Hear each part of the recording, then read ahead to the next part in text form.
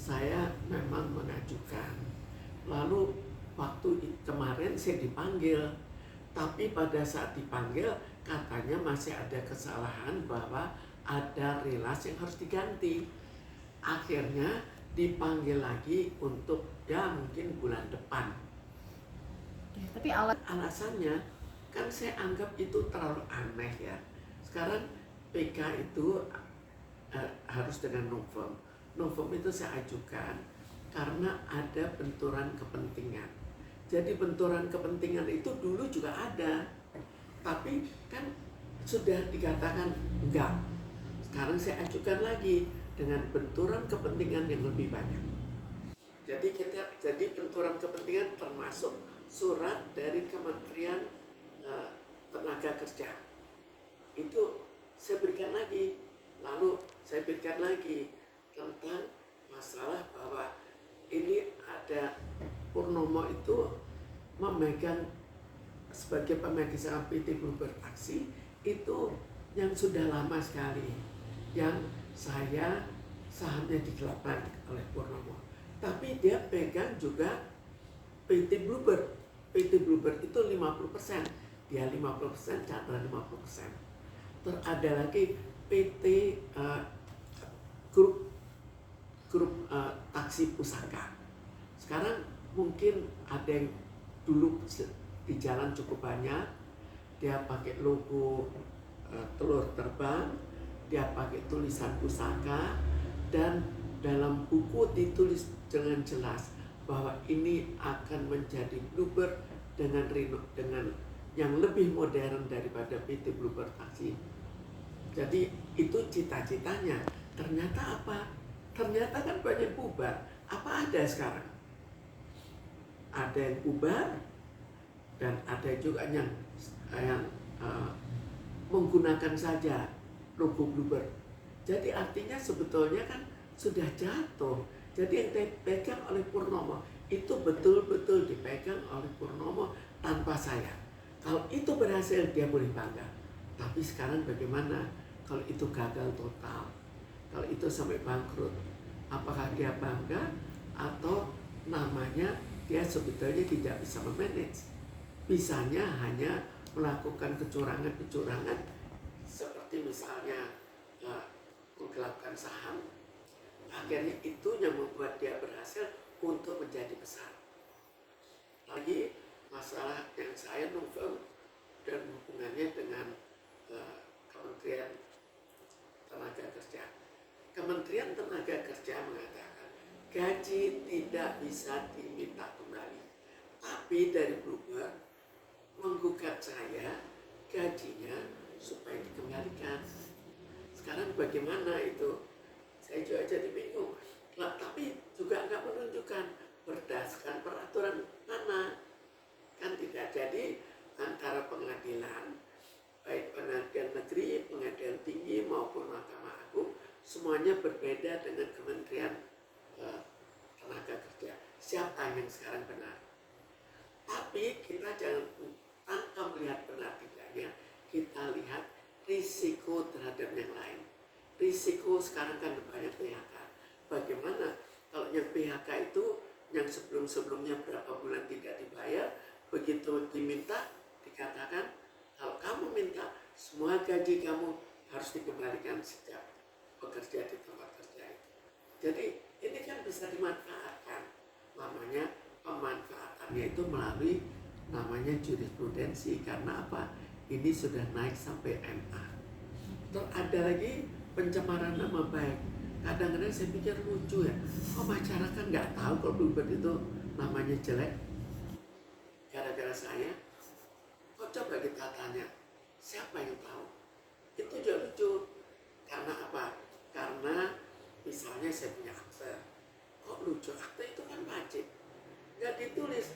Kenapa akte itu dianggap perbuatan melawan hukum?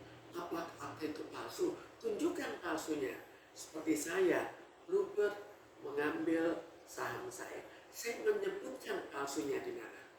Saya sebutkan persis, tapi ini tanpa disebutkan. Lalu saya mengambil deposito saya pribadi atas nama saya, milik saya. tapi dibuat perbuatan mencairkan deposito saya itu perbuatan melanggar hukum. Kok jadi lucu, milik saya ambil, sekarang kalau saya makan makanan saya apa juga begitu. Lalu ada lagi, mereka melaporkan sudah kira-kira 13-14 tahun sebelumnya, lapor ke kepolisian. Di kepolisian tidak menemukan apa-apa. Lalu kenapa kok kepolisian yang melakukan penyelidikan tidak menemukan apa-apa, tapi pengadilan yang tidak melakukan apa-apa kok dia bisa memutuskan bahwa saya melakukan perbuatan melawan hukum? Paling sedikit pengadilan ada kan dong penyelidikan juga. Ada lagi misalnya perkara katanya saya memberikan racun, menyebarkan racun.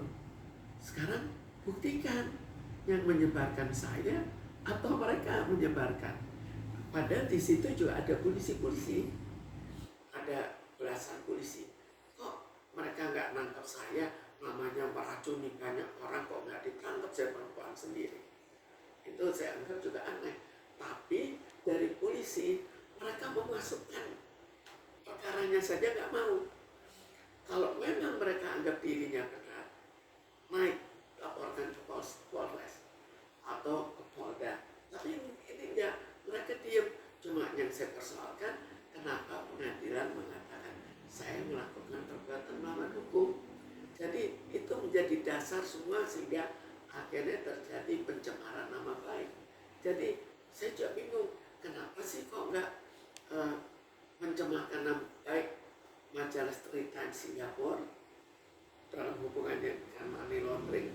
Kenapa tidak ada orang lokal yang menyebutkan juga perusahaan taksi terbesar, perusahaan transportasi terbesar? Kan tidak ada yang lain daripada Bluebird. Kok nggak itu sih yang digugat? Jadi saya sendiri akhirnya bingung sendiri. Ada apa dengan hakim? Kita terlalu aneh. Ada apa? Tinggal menilai sendiri. Apakah? Ya menilai sendirilah. Ada apa kira-kira? Tidak ada saya masuk ke ruang sidang. Itu ditunda. Alasannya kenapa Bun ditunda? Alasannya karena dulu mereka tidak berikan rilas, maksudnya memberikan surat pemberitahuan. Kemudian surat pemberitahuan diberikan ke pengacara saya, tapi biasanya diberikan kedua-duanya. Saya minta ke pengacara saya tidak menemukan, berapa bulan belum menemukan, saya harus bagaimana? Jadi saya minta, saya urus, akhirnya dengan susah payah akhirnya dapat. Terus mereka mengatakan ini kan sudah lama, 2016, jadi harus dibikin rilas baru. Saya bagaimana? Ya sudah, kalau itu peraturannya, ganti hakim kan biasa. Jadi ini juga nanti yang mengelola, walaupun sudah pensiun tetap saja.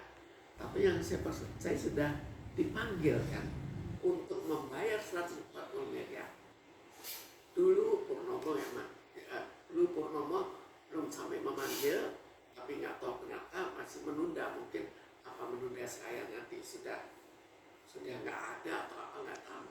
Tapi sekarang anaknya Andri itu akhirnya keluar surat peneguran untuk membayar 140 miliar dan anak-anak saya ikut sebagai ahli waris. Jadi ya mungkin tambah lama tambah kejam ya. Berapa puluhan tahun anak-anak saya, turunan saya harus menderita. Memang bertentangan dengan Kementerian Tenaga Kerja. Tapi mau bagaimana kalau mereka mengatakan enggak, kita menentukan udah. Karena itu saya mengajukan peninjauan kembali. Bagaimana ini tenaga kerja membuat surat bahwa gaji tidak dapat diminta kembali. Pikirkanlah apakah kekecewaan atau kesedihan semua bercampur aduk, karena memang ini betul-betul rasanya hukum betul-betul tidak ada. Rasanya apakah ini dianggap hukum, ya nggak tahu. Apalagi Saya malah lebih senang, saya berpendapat aja terbuka. Tapi kalau dia nggak berani, ya mau apa? Masa itu bukan hidup saya tetap akan perjuangkan. Ini menyangkut anak turunan saya saja tidak salah, apalagi anak turunan. Bagaimana saya tidak mau memperjuangkan? Mati-mati saya juga nggak peduli sudah keterlaluan. sidang lanjutannya kapan, Bun? Sebulan lagi.